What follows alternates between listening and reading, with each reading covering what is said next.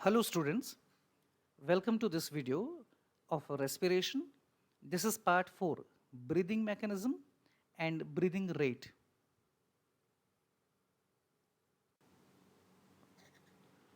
First of all respiration में हम समझेंगे कि ब्रीदिंग क्या होता है. बहुत सारे स्टूडेंट्स ब्रीदिंग और रेस्पिरेशन को एक ही समझते हैं, जिसके कारण अक्सर उनका आंसर गलत हो जाता है. Breathing is a physical process of bringing in of fresh air for obtaining oxygen and taking out of foul air for the elimination of carbon dioxide. बहुत सारे स्टूडेंट लिखते हैं कि we take in oxygen and give out carbon dioxide, जबकि ऐसा होता नहीं है. We take in air which is rich in oxygen and we give out air which is rich in carbon dioxide and deficient in oxygen. Okay, so basically हम सांस जब लेते हैं या छोड़ते हैं तो एयर ही लेते हैं और एयर ही रिलीज करते हैं, लेकिन जब हम सांस लेते हैं उसमें ऑक्सीजन की मात्रा ज़्यादा होती है, तो उसको आप कहते हैं ऑक्सीजन रिच एयर या फ्रेश एयर. और जब हम सांस रिलीज करते हैं, एक्सहेल करते हैं, उस सांस में, उस एयर में ऑक्सीजन की मात्रा कम होती है कंपैरेटिवली और कार्बन डाइऑक्साइड की मात्रा ज़्यादा होती है. इसलिए हम कहते हैं कि कार्बन डाइऑक्साइड रिच एयर हम रिलीज करते हैं या फाउल एयर. सिर्फ ये जो स्टेप है, सिर्फ सांस लेना और सांस छोड़ना, इनहेलेशन एंड एक्सहेलेशन, सिर्फ इस पार्ट को हम कहते हैं breathing. The surface where exchange of gases occurs is called respiratory surface. Respiration याद रखेंगे, डिफरेंट प्रोसेस होता है.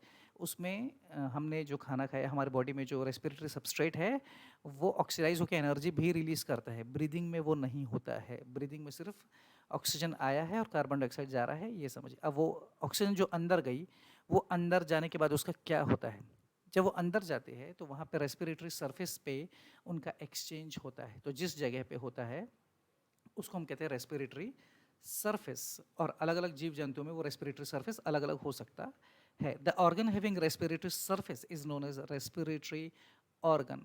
जैसे हम इंसानों में लंग्स, आपकी बॉडी में रेस्पिरेटरी ऑर्गन है लंग्स, और इसका मतलब आपकी बॉडी में जो पहला एक्सचेंज ऑफ गैसेस होता है वो लंग्स के सरफेस पे होता है. Lungs in human beings, fishes में gills, skin in earthworm, trachea in insects. The respiratory organs have 3 common features. Normally जितने भी रेस्पिरेटरी ऑर्गन होते हैं, भले ही अलग अलग ऑर्गेनिज्म में अलग अलग प्रकार के हो, वो उनके कुछ कॉमन फीचर्स होते हैं. पहली खास बात होती है they have large surface area, क्योंकि एक सिंगल पोर से एक्सचेंज ऑफ गैसेज जो होता है वो बहुत कम होता है. लेकिन इतनी बड़ी बॉडी है हमारी, तो उसके जो सरफेस एरिया है वो बहुत बड़ा होता है. There is a large respiratory surface that is either in contact with environment directly or receives air or water outside. तो पहली खास बात होती है कि जो भी रेस्पिरेटरी ऑर्गन होता है उसका सरफेस एरिया ज़्यादा होता है. दूसरी बात, उसकी जो मेम्ब्रेन होती है वो काफ़ी पतली होती है ताकि आसानी से डिफ्यूजन और एक्सचेंज ऑफ गैसेस हो पाए. तीसरी खास बात इज एबंडेंट ब्लड सप्लाई.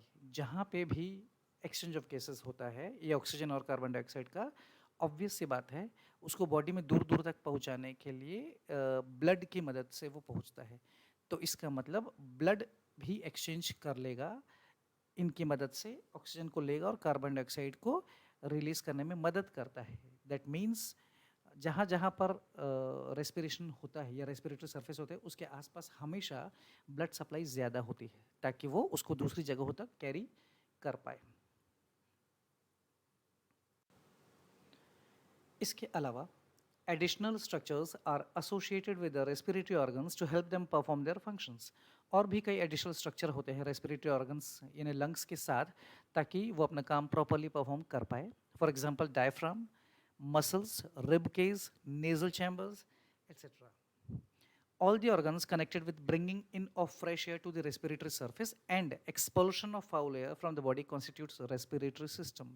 इसका मतलब रेस्पिरेटरी ऑर्गन तो सिर्फ एक पार्ट हुए, लेकिन जब उसके साथ साथ ऑर्गन और दूसरे ऑर्गन्स या बाकी चीज़ें भी साथ में काम करती है तो ये पूरा मिल के बनाता है एक respiratory system.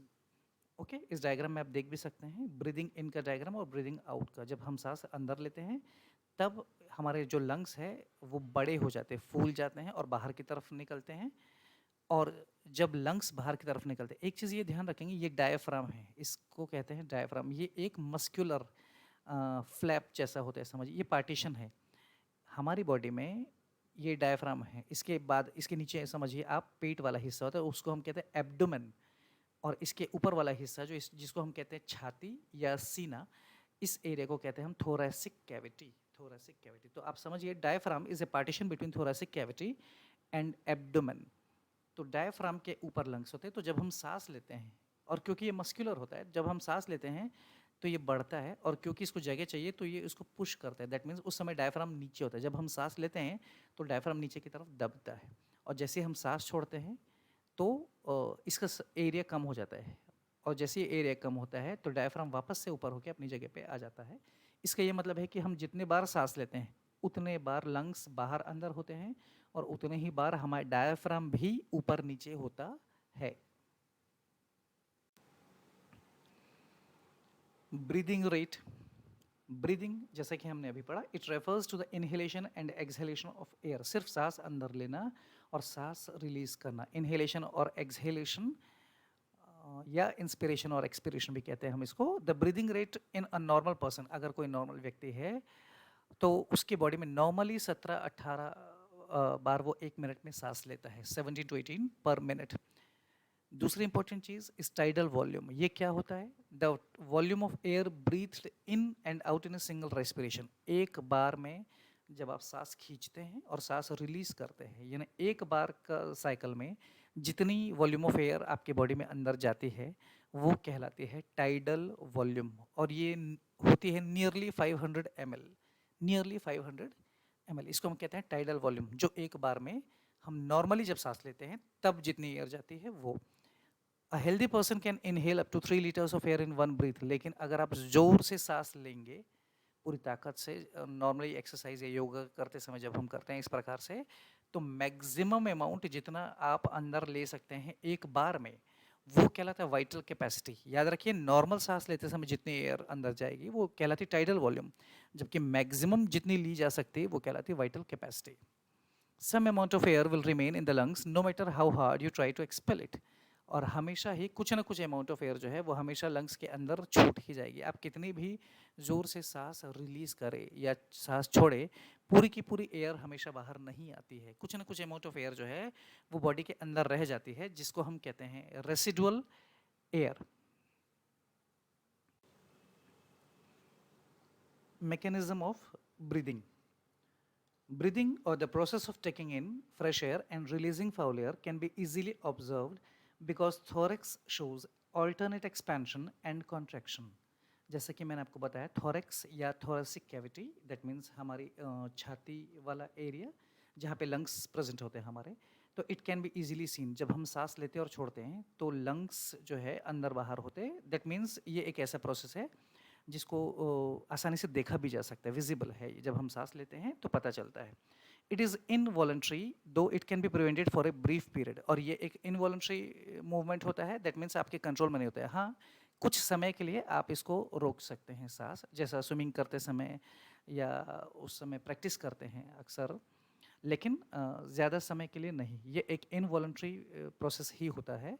Rate of breathing, और इसको कंट्रोल करने के लिए ब्रेन का एक पर्टिकुलर पार्ट होता है जो कहलाता है रेस्पिरेटरी सेंटर। ब्रेन के एक पर्टिकुलर पार्ट में इसका कंट्रोल सेंटर होता है जो इसको रेगुलेट करता है।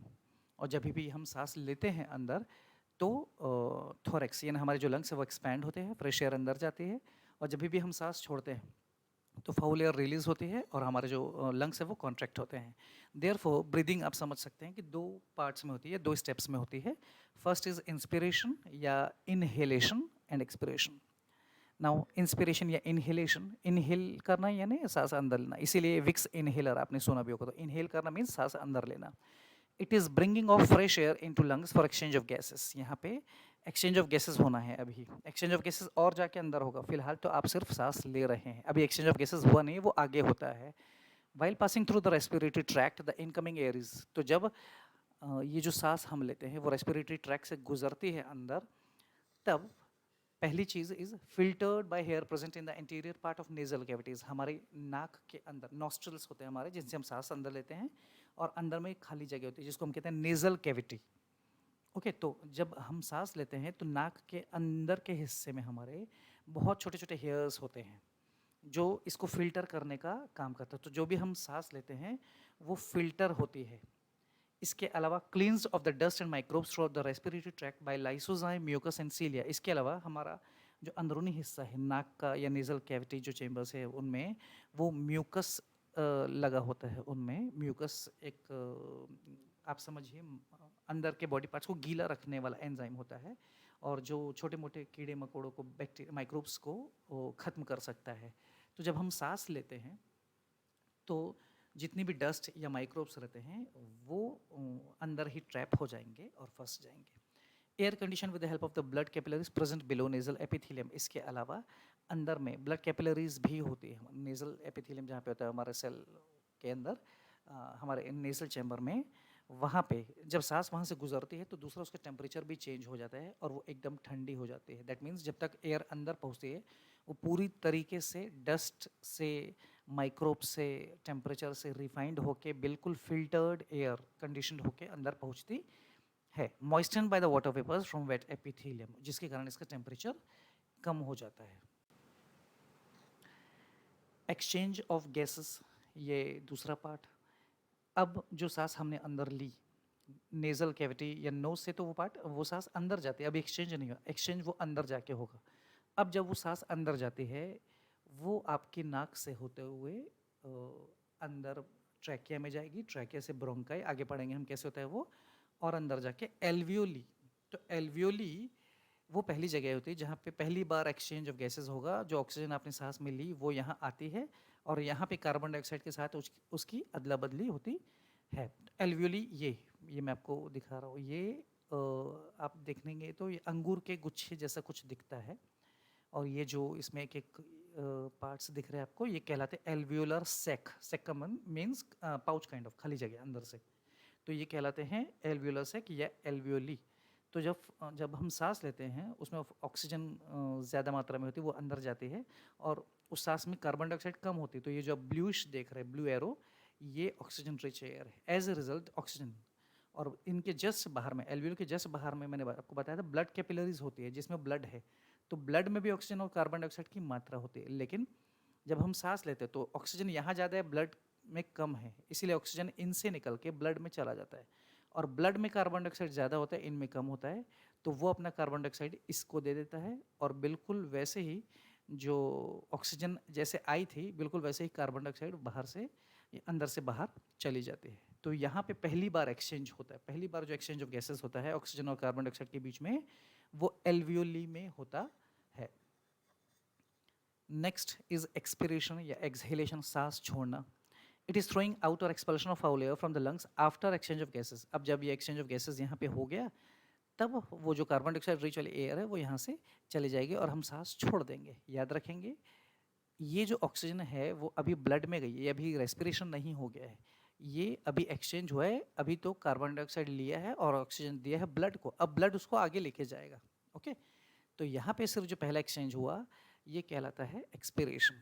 और एक्सहेलेशन ये एक पैसिव प्रोसेस है, इसका डायरेक्टली रेस्पिरेशन से कोई लेना देना नहीं है, ये सिर्फ उसके लिए एक्सचेंज है। Okay, next is external respiration. अब रेस्पिरेशन का वो पार्ट, लेकिन अभी भी एक्सटर्नल इसीलिए क्योंकि बॉडी के अंदर है लेकिन सेल के बाहर ही है, इसीलिए external respiration. It is the exchange of gases eight respiratory surface. Respiratory surface कहाँ पे, लंग्स या लंग्स के सरफेस पे, इंसानों के केस में, अलग अलग जानवरों में वो अलग अलग होता है। Oxygen diffuses into the blood. अब आपने देखा यहाँ पे ऑक्सीजन डिफ्यूज होकर ब्लड में चली जाती है और कार्बन डाइऑक्साइड ब्लड से बाहर निकल के इसमें आ जाता है। अब वो जो ऑक्सीजन है वो कहाँ गई, वो गई ब्लड के पास।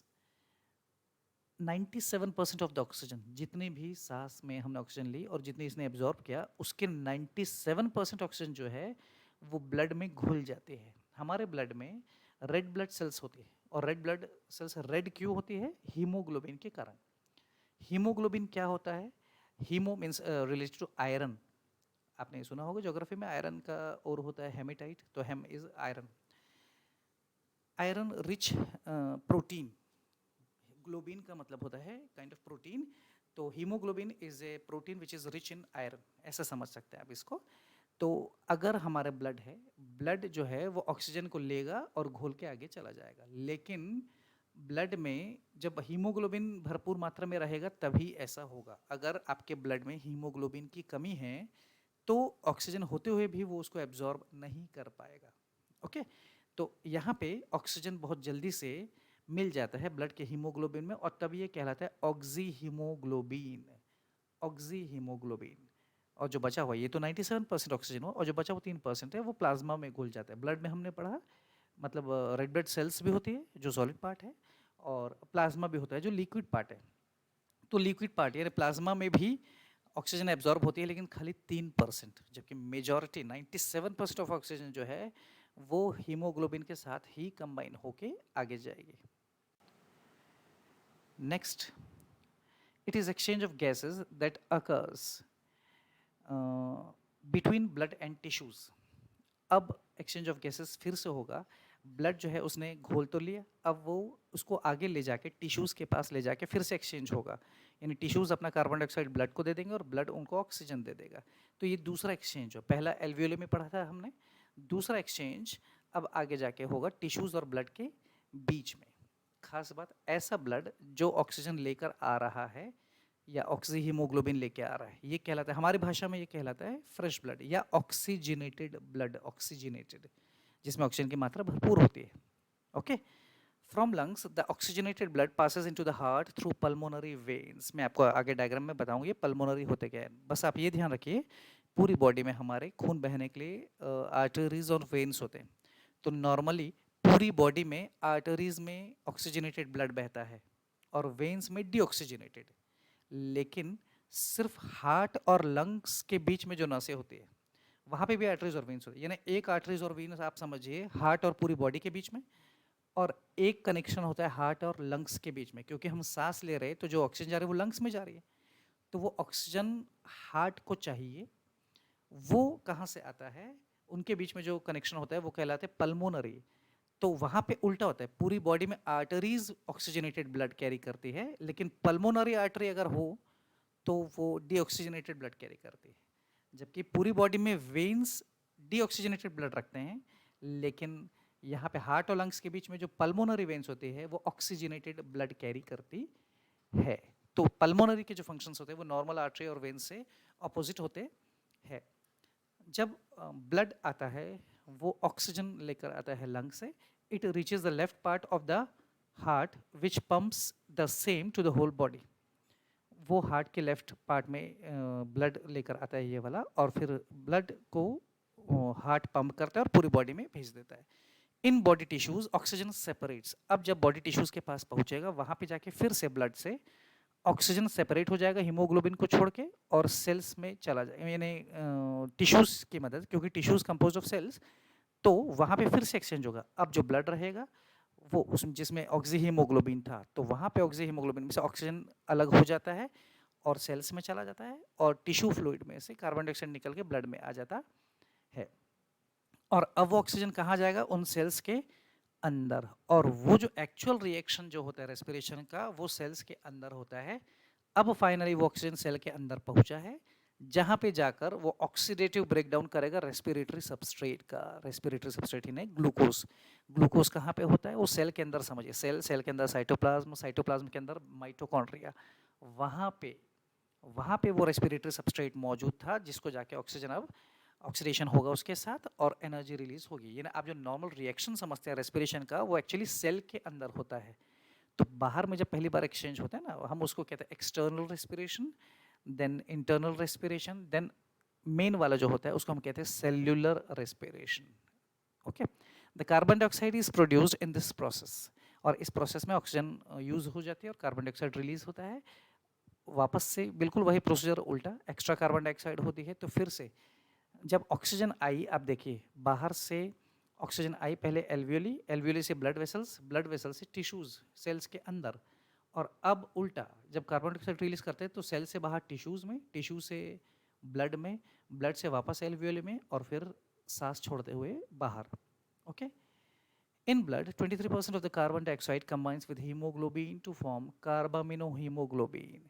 ब्लड में अलग अलग चीज़ें होती है, जैसे ऑक्सीजन बहुत जल्दी घुल जाता है 97%, लेकिन हीमोग्लोबिन में कार्बन डाइऑक्साइड उतनी जल्दी से नहीं घुलता है। सिर्फ 23% जो होता है वो हीमोग्लोबिन के साथ कंबाइन होता है और वो बनाता है कार्बामिनो हीमोग्लोबिन। कार्बामिनो आप ऐसे याद कर सकते हैं, अमीनो के जैसे कार्बामिनो हीमोग्लोबिन। तो जब ऑक्सीजन हीमोग्लोबिन में मिल जाता है that is called oxy haemoglobin, और जब कार्बन डाइऑक्साइड ब्लड में मिल जाता है हीमोग्लोबिन के साथ मिल जाता है तो वो कहलाता है कार्बामिनो हीमोग्लोबिन। लेकिन एक खास बात, ये कार्बन डाइऑक्साइड है, ध्यान रखिएगा ये। लेकिन अगर कार्बन मोनोऑक्साइड होता, अगर किसी जगह पे कार्बन मोनोऑक्साइड, उसको बहुत ज़्यादा एफिनिटी होती है हीमोग्लोबिन की। एफिनिटी यानी वो बहुत समझिए प्यासा होता है, तो वो खोजता रहता है। अगर हीमोग्लोबिन मिल जाए और कार्बन डाइऑक्साइड और मोनोऑक्साइड दोनों हैं तो कार्बन मोनोऑक्साइड उसको पहले ले लेगा। ओके, लेकिन प्रॉब्लम ये है कि अगर कार्बन डाइऑक्साइड मिलता है तब तो वो हीमोग्लोबिन के साथ कार्बामिनो हीमोग्लोबिन बनाता है, जो नॉर्मली होता है ये। लेकिन अगर कार्बन मोनोऑक्साइड हुआ तो वो कार्बन डाइऑक्साइड को मिल नहीं था, तो वो खुद मिल जाता है हीमोग्लोबिन में। और कार्बन मोनोऑक्साइड के मिलने से जो बनता है ना वो कहलाता है कार्बोक्सी हीमोग्लोबिन। ये ध्यान रखेंगे आप, कार्बोक्सी हीमोग्लोबिन। और ये ऑक्सीजन को कैरी नहीं करने देता। इसकी खास बात है, it cannot carry oxygen, it is cause of death in close rooms. और यही कारण है कि जब ये बन जाएगा आपके ब्लड में तो ऑक्सीजन या तो आपको मिल रहा नहीं है, या मिलने के बाद भी वो हीमोग्लोबिन में एब्जॉर्ब नहीं हो रहा है, क्योंकि कार्बोक्सी हीमोग्लोबिन उसको एब्जॉर्ब नहीं होने देता। और आपकी बॉडी के सेल्स को फिर ऑक्सीजन नहीं मिल पाएगी, जिसके कारण धीरे धीरे उनको दम घुटने लगेगा। ओके, बिल्कुल जैसे कोई तकिए से हमारा मुंह दबा देता है तो थोड़ी देर के लिए तो दम सा घुटने लगता है, सांस की कमी हो जाती है, बिल्कुल वैसा ही सेल्स में होता है।